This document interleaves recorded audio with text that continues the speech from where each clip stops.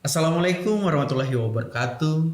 Salam sejahtera, Om Swastiastu, Namo Buddhaya, salam kebajikan. Hai IAKN lovers, selamat datang di IAKN Podcast and Channel. Ngobrol berisi dan bukan basa-basi. Baik, IAKN lovers and friends, saat ini teman-teman akan mendengarkan podcast yang bakal ngebahas isu-isu kekinian yang pastinya relate banget sama dunia pendidikan, tapi juga relate dengan generasi muda yang menjadi pelajar mahasiswa di kampus. Dan biar makin semangat, ada sebuah pantun pembuka buat kita semua. Izinkan saya menyampaikan pantun ini. Jalan-jalan ke kota Kupang. Tidak lupa mampir ke pantai. Di sini ada podcast IAKN Kupang, selalu asik dan juga santai. Ya, baik IAKN lovers and friends, hari ini kita akan ngobrolin topik yang seru, yang menyenangkan dan tentu relate, relevan dengan keadaan kita, dengan kondisi kita dan status kita. Dan izinkan tema yang kita bicarakan hari ini adalah dosen versus Google. Masih perlukah kuliah di kampus? Ya, di zaman serba digital, belajar itu bisa dari mana saja. Mulai dari YouTube, Google, sampai artificial intelligence seperti ChatGPT dan lain sebagainya. Nah, pertanyaannya apakah kuliah di kampus masih se-worth it itu? Buat ngebahas ini lebih dalam, kita sudah kedatangan narasumber yang spesial, yang luar biasa, yang expert di bidang pendidikan. Yuk kita langsung saja sapa Bapak Dr. Binsar Antoni Huta Barat, Magister Teologi. Selamat datang Bapak di Kota Kupang dan selamat datang juga di Podcast and Channel Institut Agama Kristen Negeri Kupang. Terima kasih Pak Doktor sudah berkenan hadir bersama dan seperti yang tadi saya sampaikan Pak Dr. Binsar bahwa tema kali ini kita akan membahas tentang dosen versus Google. Masih perlukah kita kuliah di kampus? Ya, tentu saya ingin membuka sebuah pertanyaan yang segar sehingga kita akan mendapatkan inspirasi-inspirasi dari pengalaman Bapak, dari tentu pemahaman Bapak. Sebab yang kita tahu Bapak selain sebagai dosen, tetapi juga sebagai ketua umum dari Asosiasi Perguruan Studi Keagamaan. Program studi ilmu keagamaan. Program studi ilmu keagamaan, mohon maaf, atau yang disingkat APSI, ya. Nah, ini asosiasi teman-teman, Asosiasi Program Studi Ilmu Keagamaan yang mewadahi atau mengayomi banyak sekali perguruan tinggi keagamaan, secara khusus program studi keagamaan baik teologi maupun juga pendidikan agama Kristen di Indonesia. Dan luar biasanya Bapak Dr. Binsar Huta Barat menjadi ketua umum. Nah, tentu Bapak punya sebuah pengalaman yang luar biasa, belajar tetapi juga mengajar dan memberikan ilmu, men-sharekan, transformasikan ya banyak hal-hal baru, pengembangan ilmu pengetahuan. Dan karena itu izin mohon dijawab Bapak sebuah pertanyaan yang sederhana. Di era yang digital seperti ini, informasi atau sebuah pengetahuan ibarat ada di ujung jari. Ketika kita menyentuh, mengklik ya sebuah teknologi, maka kita bisa dapat dengan segera mengakses ya informasi atau sumber pengetahuan itu. Nah, menurut Bapak, apa keunggulan kita belajar di kampus dibanding hanya mengandalkan Google dan YouTube, ya? Mungkin itu dulu, Bapak. Baik, terima kasih. Kalau bicara tentang pendidikan, yang menjadi pertanyaan kita adalah begini. Apakah bisa kita menyerahkan pembelajaran itu kepada seseorang yang baru belajar dan kemudian dia mengambil atau memilih apa saja informasi dari Google? Pertanyaannya kemudian adalah, apa yang menjadi landasan untuk dia memilih informasi yang dia dapatkan, sehingga informasi itu dia bangun menjadi sebuah pengetahuan dan kemudian atau menjadi sebuah teori, apalagi bicara pengembangan teori. Hal menurut saya ini sesuatu yang harusnya tidak bisa ya. Nah, dengan sendirinya harus ada, maksud saya harus ada orang atau guru atau pendidikan yang mengajar seseorang itu mempersiapkan diri untuk dia bisa membangun pengetahuan dasarnya itu. Menurut saya begitu. Jadi pendidikan tidak pernah akan tergantikan dengan Google. Tetapi pendidikan juga harus bisa merespon perubahan zaman. Itu pertanyaannya. Jadi jangan membuat pendidikan ya dari dulu ke dulu tidak berubah. Harus ada perkembangan. Tadi saya katakan, misalnya begini. Kalau kita bicara literasi, kita kan bicara tentang, zaman dulu kan kita bicara literasi itu masalah kebutuhan baca tulis. Ya. Sekarang literasi kita sudah berkembang. Ya. Misalnya bukan hanya baca tulis, tetapi mengetahui makna yang tersirat dan tersurat, mengetahui teori, pengembangan teori. Dan kalau pendidikan tinggi kan menghasilkan produk baru kan gitu kan. Kita harus bisa berproduk. Nah, bagaimana seseorang itu bisa dibiarkan mencari informasi tanpa dia dipandu oleh tanpa dibimbing, pakar secara teratur, sehingga akhirnya dia mengerti pengembangan ilmu pengetahuan itu. Apalagi bicara kualifikasi ilmu pengetahuan itu perlu bimbingan. Setuju. Oke, baik. Berarti sebuah poin yang saya highlight bahwa di dalam proses belajar itu pada hakikatnya seorang pembelajar itu perlu diarahkan, perlu dibimbing.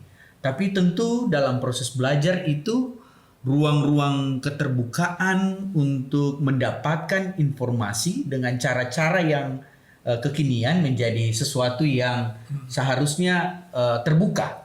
Ya, baik. Menarik Pak Dr. Binsar. Selanjutnya Pak, banyak orang yang bilang bahwa kuliah itu hanya formalitas nih, yang penting skill ya, sehingga kadang-kadang gelar akademik pada masa ini tidak menjadi sesuatu yang menjadi daya tarik lagi nih, yang penting kita punya skill gitu. Lalu akhirnya banyak orang yang lebih memilih belajar dari media-media sosial ya, dari video-video di YouTube, di TikTok ya, daripada baca buku ya. Nah, apakah menurut Bapak, apakah memang saat ini sistem pendidikan yang ada, termasuk di dalamnya juga pendidikan Kristen itu sudah berubah orientasinya? Ataukah menurut Bapak ada sebuah pandangan yang lain? Silakan. Ya, kalau kita belajar, kita itu ingin memiliki kompetensi. Siap. Artinya kompetensi, kita punya pengetahuan, kita punya keterampilan, kita punya namanya sikap, karakter. Satu saja hilang dari ketiganya, kita tidak menyebut kompetensi. Nah, berarti yang namanya belajar itu tidak bisa dipisahkan. Memang dulu ada namanya kurikulum subjek akademik. Ya. Belajarlah dari universitas, dan kemudian Anda akan dapat memberikan kontribusi di tengah masyarakat. Sekarang kan berubah. Belajar bisa juga untuk efisiensi kerja kita. Belajar juga bisa mewujudkan mimpi kita sebagai interest kita di mana. Nah, itu banyak, berarti kurikulum humanis di sana. Ya. Jadi kalau kita bicara tentang belajar, ya harusnya kita itu memiliki kompetensi, dan gelar akademik itu menunjuk kepada kompetensi itu. Ya, makanya sekarang kan ada rekognisi pembelajaran lampau. Ya. Artinya adalah kalau memang mereka punya kompetensi, ya gelarnya menunjuk, jangan dibalik. Ya. Gelarnya dulu tanpa kompetensi. Nah, itu yang dikatakan formalitas. Ya. Oke. Ya, menarik Pak Dr. Binsar. Nah, itu berarti Pak, kita masuk lebih jauh ya. Sekarang di dalam ruang pembelajaran artificial intelligence dalam perannya, di dalam bentuknya, dalam penetrasinya itu kemudian sudah diterima atau diakui juga di kampus-kampus tertentu, itu menjadi sebuah penggunaan yang kemudian diterima di dalam proses pembelajaran akademik ya. Nah, dosen pada akhirnya sekarang harus bersaing dengan AI ya atau ChatGPT gitu. Nah, bagaimana nih menurut Pak Dr. Binsar peran pengajar dalam menghadapi era teknologi ini? Teknologi itu penting, tapi kita bicara tentang AI, itu kan kita harus paham bahwa AI itu tidak berada dalam ruang dan waktu. Setuju. Saya pernah berdiskusi, kemudian di dalam WA ada seorang teman saya mengatakan, Pak Binsar, Bapak sedang diuji dengan AI. Oh nggak apa-apa, uji saja saya dengan AI. Saya akan buktikan bahwa kepakaran saya lebih dari AI. Jadi nggak ada masalah kalau memang kita punya kepakaran di situ. Harusnya bisa ada, sudah banyak yang mengatakan bahwa AI itu kan dia tidak berada dalam ruang dan waktu. Ketika dia membuat sebuah kesimpulan itu bisa salah. Dari situlah kita punya kemampuan, saya katakan analisis, Betul. critical thinking, itu menjadi penting. Jadi tidak sembarang kita mengambil informasi. Itu yang kita takutkan tadi kan dari Betul. awal. Bagaimana seorang bisa belajar tanpa ada bimbingan gitu, kepakaran segala macam. Akhirnya dia tidak tahu prosedur. Kalau ilmu pengetahuan itu ada data, ada fakta, ada pengetahuan, ada prosedur. Ya. Jadi ketika kita merumuskan sebuah teori harus tahu begitu. Siap, Ya. siap. Itu artinya bahwa seorang dosen, pendidik, dia harus memang punya kompetensi yang kemudian menjadikan dirinya layak menjadi sumber ajar, ya, dan dia tidak perlu seperti yang tadi Pak Dokter sampaikan, Pak Dokter bisa sampaikan bahwa dia tidak perlu takut sebenarnya ya bersaing dengan ChatGPT atau AI ya, karena memang dia tahu bahwa dia harus memperlengkapi dirinya dengan kompetensi-kompetensi keilmuan yang menjadi keahlian pada bidangnya itu. Nah, Pak, kita tidak semakin panjang, tetapi hal yang kemudian menurut saya menjadi sebuah bahan proyeksi dan juga refleksi untuk ke depan.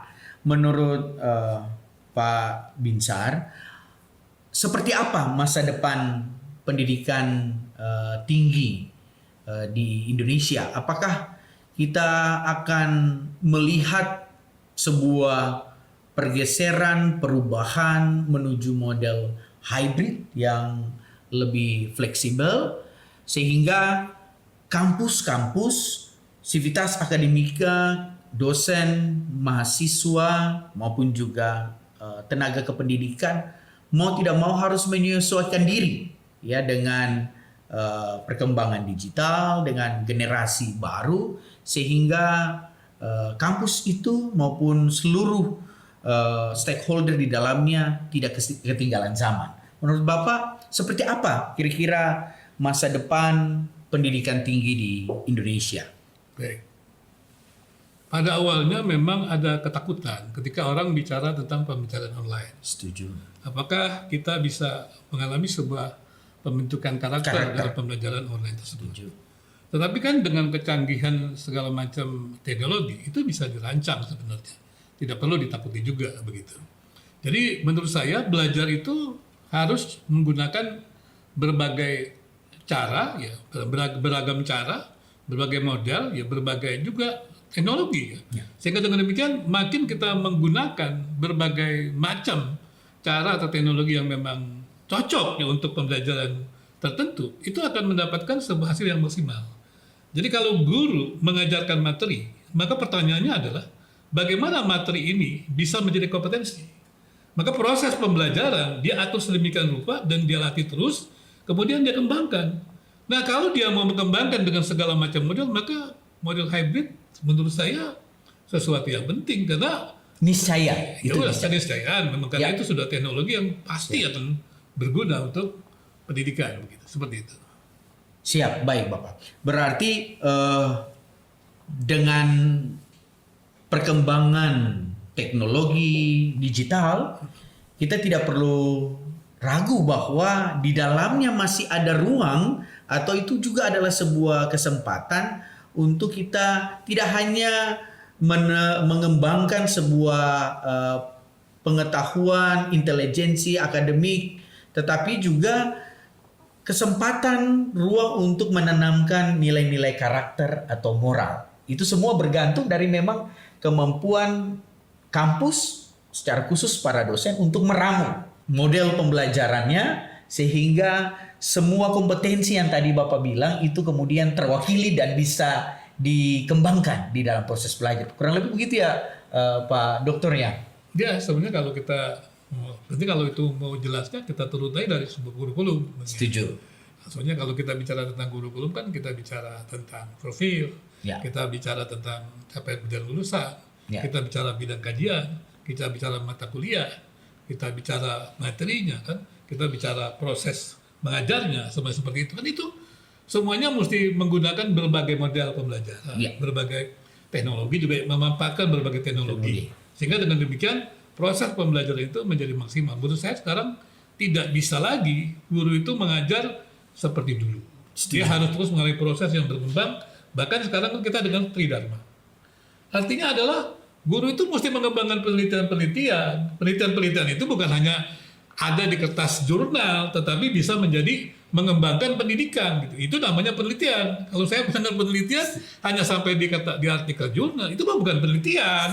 Harusnya dia mengembangkan sebuah hasil yang baik ketika dipraktikkan di sebuah pendidikan. Makanya kalau pendidikan ini memang punya karya penelitian, harusnya secara bersamaan pendidikan ini akan meningkat. Setuju, keren, luar biasa, bermakna sekali, dan tentu YKN Lovers and Friends, kita sepakat bahwa obrolan bersama dengan Pak Dr. Binsar Antoni Huta Barat, Magister Teologi, adalah sebuah obrolan yang benar-benar insightful ya, dan bikin kita kembali merefleksikan ulang, memikirkan kembali tanggung jawab kita, peran kita masing-masing. Dan tentu kuliah di kampus itu ternyata lebih besar dari sekadar hanya mengejar sebuah ilmu, tapi juga soal bagaimana kita mendapatkan atau dibentuk ya karakter kita, ya kemudian mendapatkan pengalaman pertumbuhan, perkembangan, networking ya. Tapi di balik lagi teknologi itu tidak bisa, perkembangan teknologi tidak bisa kita hindari ya.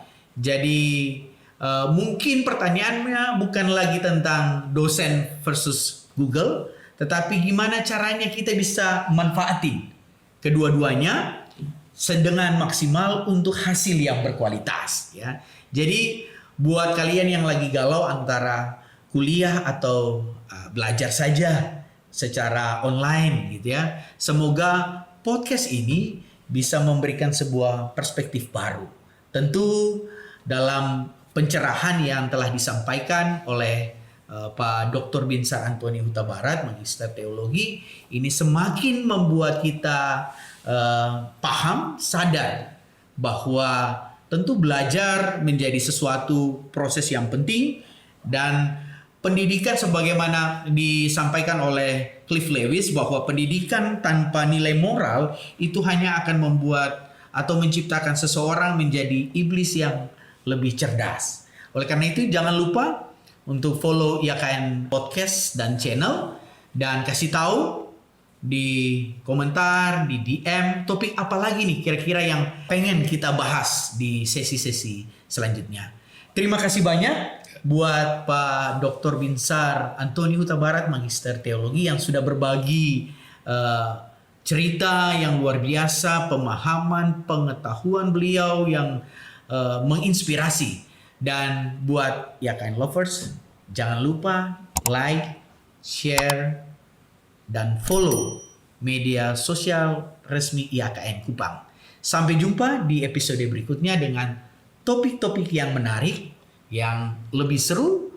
Dan sebelum pamit, ada closing pantun nih.